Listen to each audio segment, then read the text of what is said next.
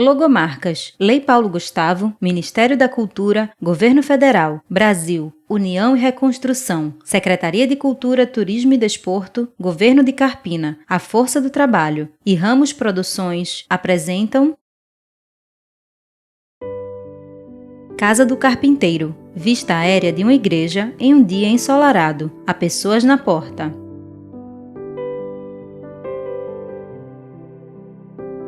Imagem de Jesus crucificado, de Maria e José com Jesus no colo. Fiéis dentro da igreja. André Felipe, historiador. Homem branco com barba e bigode alinhados. A construção da nova matriz, ela surge nesse período das ideias, né, do progresso e da modernidade. Então é um templo que vai ser construído no estilo eclético, mas no estilo bastante moderno, inclusive para a época.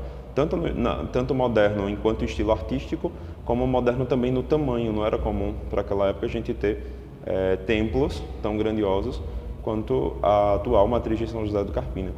Então, foi feito o projeto arquitetônico, mas o projeto era apenas externo. Tanto que o projeto interno, de conclusão, e algumas modificações só foram feitas, acho que cerca de 40 anos depois. O interior da igreja não tinha um projeto específico. Então, se concluiu o interior, a igreja foi inaugurada, foi consagrada, o altar foi consagrado, se passou a utilizá-la para o culto público, mas não havia um projeto arquitetônico para o interior da igreja, que só foi sendo complementado ao longo do tempo. O padre Genário foi quem, logo no começo, cavou o alicerce. Numa missa, Irmão José Severino, salesiano de Dom Bosco. E padre Genário, ao fim da missa, levou os fiéis todinho onde a gente tem hoje a nossa paróquia, e as pessoas, cada um pegou numa enxada e cavou um pouquinho o alicerce para dizer que participou da construção da nova matriz. Fotos antigas. A matriz de São José, para mim, é um marco. Amélia Carneiro, missionária de Mãe Rainha. Na construção, eu bem jovem, eles fizeram uma campanha para angariar fundos para construir. E eu lembro bem que São José, a imagem de São José, ia para a casa das famílias e ficava uma semana lá. Quando era na quarta-feira, ela voltava em procissão. Então a gente reunia aquele povo da rua e daquela família e vinha. E eu vim muitas vezes assim, conduzindo essa procissão. Eu bem jovem, mas conduzia. E trazia um envelopezinho daquela família com uma oferta. E quando chegava na igreja, a gente entregava aquela oferta que era para a construção da matriz. No dia 8 de dezembro, 8 de dezembro de 1971, e eu foto me da lembro igreja. mesmo como hoje, porque foi no ano que eu perdi, eu estava na 5ª série no Salesiano e eu não passei de ano. E a missa acontecendo e eu chorando na porta da igreja porque não passei de ano. E a missa foi muito bonita, presidida pelo bispo de Nazaré, Dom Manuel. Dom Manuel Lisboa, bispo de Nazaré de 1963 a 1986. Padres. E os padres, seminaristas e o povo, foi uma missa muito bonita para a inauguração da nova matriz. O primeiro casamento foi do meu irmão, Dr. Lenilson Carneiro, médico que hoje mora no Espírito Santo. Foi em dezembro de 71. Leonilton Carneiro, pastoral familiar. 5 de fevereiro de 72. E a alegria de poder participar dessa cerimônia é a presença dos amigos, dos parentes e a presença do saudoso Padre Rolim, que foi o celebrante dessa cerimônia. E foi numa tarde, dentro da missa das 5 horas da tarde, o nosso casamento. E como foi na missa, a igreja tinha muita gente. E ainda tinha um fato, a gente era muito conhecido. Aí muita gente estava ali na porta da igreja, existia esse costume do pessoal ir ver a noiva chegar. Quer dizer que além dos convidados, dos familiares, tinha essa igreja cheia no horário da missa. Nós temos ainda no álbum de fotografia, tem fotografia nossa que a gente vê os escombros da igreja antiga, da matriz antiga, que foi derrubada na época. Aí a gente vê assim uma meia parede, alguma coisa assim no chão, quando fez a fotografia da minha entrada, né? Porque o noivo já estava esperando, da minha entrada para o casamento. Os primeiros registros históricos que nós temos da primeira matriz é a sua construção.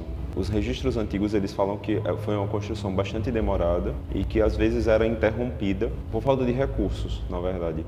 E essa falta de recursos fez com que a construção do templo se arrastasse por alguns anos. Mas o dado concreto que nós temos é que ela foi inaugurada exatamente no ano de 1900. Ela parecia um pouco com a igreja de São Sebastião. As igrejas antigas tinham um presbitério grande, que a missa era em latim, o padre ficava lá, os coroinhas, e o povo ficava no centro da igreja. Tinha 2 altares laterais e tinha o coro também. Agora, o lugar que o povo ficava era muito pequeno e tinha a mesa da palavra, onde as pessoas recebiam a comunhão de joelho. As mulheres, véu preto na cabeça, e as moças, véu branco. E quando a mulher não tinha trazido o véu, aquela que comungou levantava, ia para o banco rezar e passava o véu para a outra. Como uma vez eu peguei uma foto só da frente da igreja, aí disse assim, vou fazer ela, porque é uma coisa que não tem mais. Alexandre Rodrigues, fotos, artesão. Não tem mais. As imagens das pessoas que tinham já estão morrendo, as pessoas não estão mais, ninguém se lembra. Aí eu disse assim, eu vou ter que fazer uma réplica da frente que eu tenho, com assim, informação de algumas pessoas para que eu pudesse ter uma réplica da igreja, porque era uma das igrejas tão antigas, né, e foi demolida e não teve registro nenhum, documentário nenhum, nada ficou arquivado da igreja. Uma coisa que não deveria ter destruído, né, porque quando você vê que na maioria dessas cidades as igrejas são no meio da rua, né, e a de Carpina deveria ser, não atrapalhava em nada, mas devido de estética, alguma coisa, terminaram destruindo. Aí, devido a isso, foi que eu fiz a réplica. Na época da troca das 2 igrejas, nós podemos dizer assim, existia uma mentalidade de que o progresso precisava acontecer e a preservação histórica não era tão importante como hoje, como o olhar que nós temos hoje em dia. Então, a ideia de demolir a matriz era porque, além dela ser pequena, ela atrapalhava o fluxo do trânsito da Praça de São José para a BR. Então, a ideia principal era demolir para que a rua fosse aberta e houvesse um acesso direto para a BR. Então, um dia à noite, aí até contra a vontade de muitas pessoas da cidade, ele chamou uma empresa e derrubou a matriz antiga. E muita gente da cidade veio ver, assistir, chorar, lamentar, por causa daquela atitude de destruir. Não foi uma maldade de Padre Rolim, ele previa que realmente ia atrapalhar o trânsito e naquele momento não era bom a igreja continuar naquele lugar.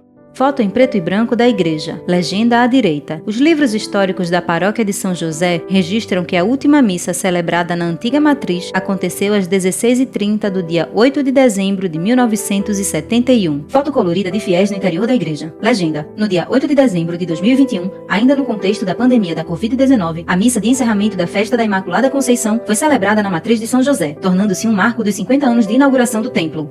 Dentro da Igreja Católica, a primeira coisa que a gente tem que entender é que um templo ele não é construído simples e tão somente de pedras. A pedra, a madeira, o material utilizado, ele tem um significado mais profundo. Padre Ivan Alves, o templo, antes pároco. de qualquer coisa, são os fiéis. Então, o templo físico de uma paróquia representa o local de vida e de encontro dos fiéis. Nossa matriz, ela não é, vamos dizer, original de quando se iniciou a paróquia. Ela fez 50 anos recentemente. Isso significa que o prédio físico, ele pode desaparecer, pode ser modificado, pode ser destruído, refeito inteiramente, mas o espírito central, que é o local de encontro das pessoas, ele permanecerá. Então, basicamente é de onde flui a vida espiritual da comunidade. Fiéis em procissão por uma rua. Em destaque a imagem de São José, iluminado e adornado com flores ao redor. Créditos: direção, produção e roteiro, Hudson Ramos. Produção executiva, Ramos Produções. Direção de fotografia e som direto, Sandokan Xavier. Edição e finalização, Ubirajara Almeida. Trilha sonora, Carles Piano, Round Vibrations. Audiodescrição, Priscila Xavier. Libras, Jeane Maria da Silva. Agradecimentos à Diocese de Nazaré, Pernambuco e Paróquia São José de Carpina. Aos entrevistados. Esta obra foi financiada com recursos federais através dos editais da Lei Paulo Gustavo de Incentivo à Cultura, gerenciados pela Secretaria de Cultura, Turismo e Desporto da Prefeitura Municipal do Carpina.